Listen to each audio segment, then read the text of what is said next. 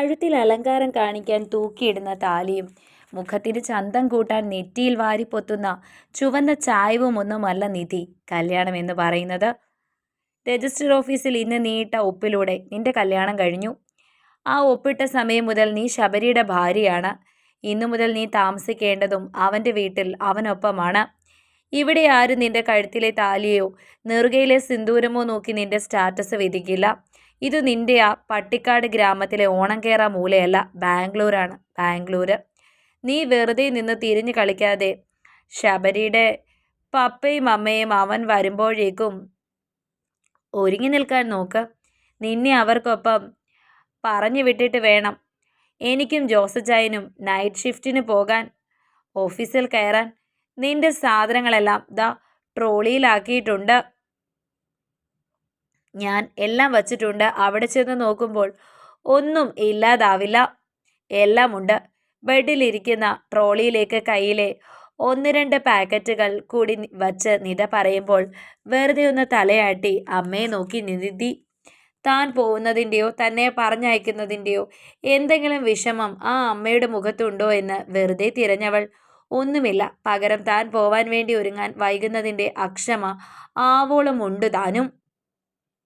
അവരിൽ അത്തരം ഭാവങ്ങൾ തിരഞ്ഞ് തന്നോട് തന്നെ ഒരു പുച്ഛം തോന്നി അവൾക്ക്.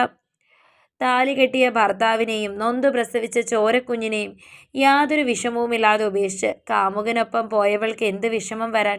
തനിക്ക് വേണ്ടിയെങ്കിലും തിരിച്ചു വരണമെന്ന് അവരുടെ കാലിൽ വീണ് കിടന്ന് തൻ്റെ അച്ഛൻ കരഞ്ഞിട്ടും തന്നെയോ അച്ഛനെയോ തിരിഞ്ഞു നോക്കാതെ അന്ന് പോയവൾക്കല്ലേ ഇന്ന് വിഷമം? അച്ഛൻ എന്ന ചിന്ത പോലും നിറഞ്ഞവളുടെ കണ്ണുകളിൽ. നിധി, റെഡിയായില്ലേ നിധേ? അവരെല്ലാം റെഡിയായി, ഇപ്പോഴെത്തും. അവർക്കൊപ്പം പോവാൻ റെഡിയായി കഴിഞ്ഞോ അവൾ? ഒരു ചോദ്യത്തോടെ നിധയുടെ ഭർത്താവ് ജോസഫ് ആ മുറിയിലേക്ക് എത്തി നോക്കി. നിധയോട് ചോദിക്കുമ്പോൾ തന്നെ എത്രയും പെട്ടെന്ന് ഇവിടെ നിന്നും പറഞ്ഞയക്കാനുള്ള അയാളുടെ തിക്കും വെപ്രാളവും ആ മുഖത്തു നിന്നും എളുപ്പത്തിൽ വായിച്ചെടുത്തു നിധി. ഭാര്യയുടെ ആദ്യ വിവാഹത്തിലെ മകളെ എത്രയും പെട്ടെന്ന് ഒഴിവാക്കി വിടാനുള്ള തിരക്കുണ്ട് അയാളുടെ പ്രവർത്തികളിൽ. തൻ്റെ അച്ഛന് അപകടം പറ്റി കിടപ്പിലായി പോയപ്പോൾ ആകെയുള്ള കിടപ്പാടം കൂടി പണയപ്പെടുത്തിയാണ് താനും അച്ഛമ്മയും അച്ഛനെ ചികിത്സിച്ചത്. പക്ഷേ എല്ലാ ചികിത്സയും പരാജയപ്പെട്ടൊടുവിൽ അച്ഛൻ മരണത്തിന് കീഴടങ്ങിയപ്പോൾ അത് ഉൾക്കൊള്ളാൻ സാധിക്കാതെ അച്ഛമ്മയും മരണത്തിലൂടെ തന്നെ ഒറ്റപ്പെടുത്തി അച്ഛന് കൂട്ടുപോയി. തലചായ്ക്കാൻ ഒരു കിടപ്പാടം പോലുമില്ലാതെ താൻ ബന്ധുക്കൾക്ക് ഭാരമായത് പെട്ടെന്നാണ്. എത്ര പെട്ടെന്നാണ് അവർ ഒരിക്കൽ തന്നെ ഉപേക്ഷിച്ചു പോയ തൻ്റെ അമ്മയെ തേടി കണ്ടെത്തിയതും തന്നെ അവരുടെ കയ്യിൽ ഏൽപ്പിച്ച് ഭാരം ഒഴിവാക്കിയതും. ഓർമ്മയിൽ പോലും ഒരു മുഖമില്ലാത്ത സ്ത്രീയായിരുന്നു തനിക്കിതുവരെ അമ്മ.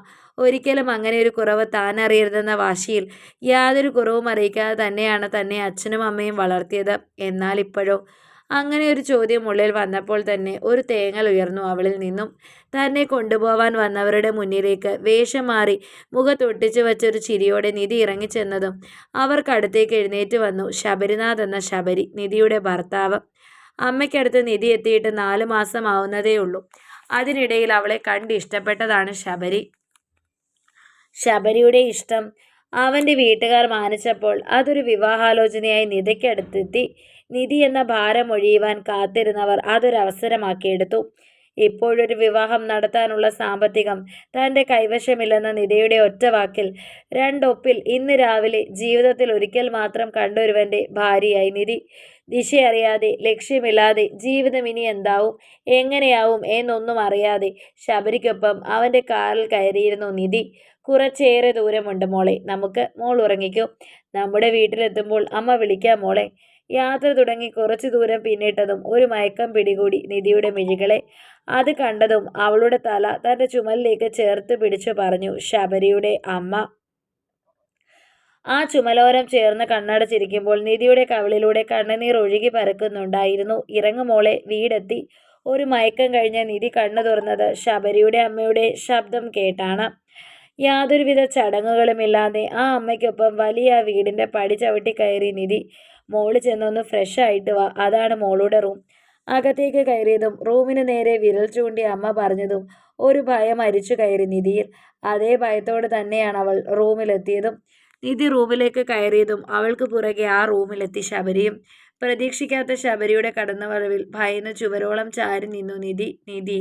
മൃദുവായ ശബ്ദത്തിൽ ശബരി വിളിച്ചതും ഉറക്കെ വിതുമ്പി പൊട്ടിക്കരഞ്ഞുപോയി നിധി.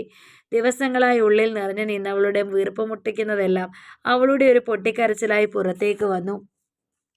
ആ കരച്ചിലൊന്ന് അടങ്ങുവോളം അവൾക്കരികിലേക്ക് നിന്നു ശബരിയും. നിധി. കരച്ചിലൊന്നടങ്ങിയതും വീണ്ടും നിധിയെ വിളിച്ചവൻ. നിറമിഴികളോടെ തന്നെ പതറി നോക്കുന്നവളെ ദയവോടെ നോക്കിയവൻ. ഇത് നിധിയുടെ മാത്രം റൂമാണ്, എൻ്റെയല്ല, നമ്മുടെയല്ല. ശാന്തമായ ശബ്ദത്തിൽ പറയുന്നവനെ മിഴിച്ചു നോക്കിയവൾ. തന്നെ എനിക്കിഷ്ടമായപ്പോൾ എൻ്റെ വീട്ടുകാരെ കൂട്ടി വന്ന പെണ്ണാലോചിച്ചു ഞാൻ. അത് സത്യമാണ്. അതിലപ്പുറം തന്നെ ഇത്ര പെട്ടെന്ന് ഇങ്ങനെ കല്യാണം കഴിക്കണമെന്ന് ഞാൻ ആഗ്രഹിച്ചിട്ടില്ല.